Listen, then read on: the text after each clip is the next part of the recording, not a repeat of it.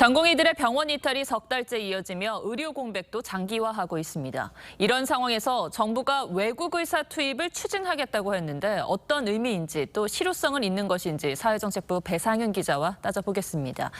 자, 배 기자, 외국 의사라고 한다면 외국에서 의사 면허증을 취득한 의사를 말하겠죠. 이들이 국내에서 의료 행위하는 모든 것이 다 허용이 된다는 얘기입니까? 네, 그건 아닙니다. 정부는 지금처럼 보건의료 위기 경보가 심각 단계에 올랐을 경우란 그 단서를 붙였는데요. 실무적인 측면에서 먼저 검토를 마치고 지난달 중대본에 보고해 논의했다고 설명했습니다. 정부의 설명을 직접 들어보시겠습니다.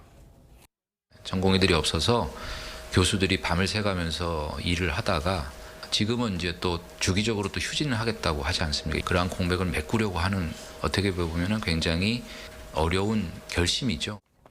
네, 그렇다면 위기 경보가 심각 단계일 때는 시험을 보지 않고도 외국 의사들이 국내에서 일을 할 수 있게 되는 겁니까?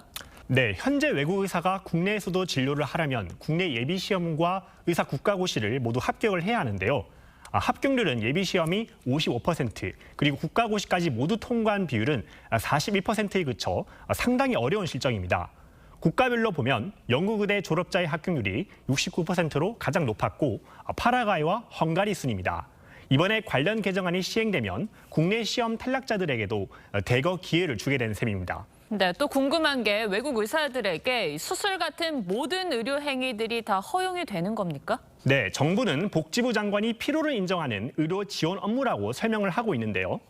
교수 지도 하에 야간 당직 업무나 수술, 그리고 진료 보조 등 주로 수련병원에서 전공의 업무를 하게 될 그런 전망입니다. 기간은 3개월 또는 6개월 단위로 하고 코로나 같은 팬데믹 상황에선 기간을 연장하는 방안도 가능하다는 그런 구상입니다. 그럼 언제부터 이 외국 의사들 투입이 가능해지는 거죠?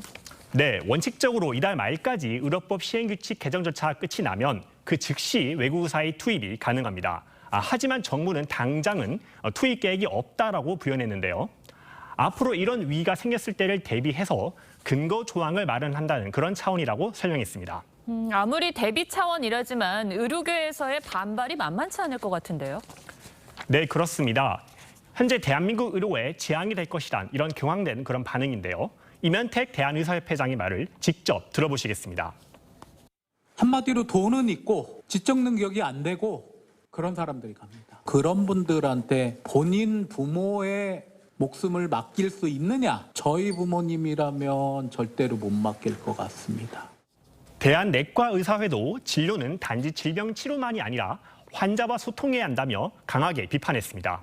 네, 실력 검증 문제도 좀 우려가 되지만 지금 지적한 것처럼 언어 장벽이 가장 먼저 직면한 문제일 것 같습니다. 네, 그렇습니다. 국민들도 그 점을 가장 우려하고 있는데요. 정부는 진료 역량을 따져서 현장에 투입하겠다고 했습니다.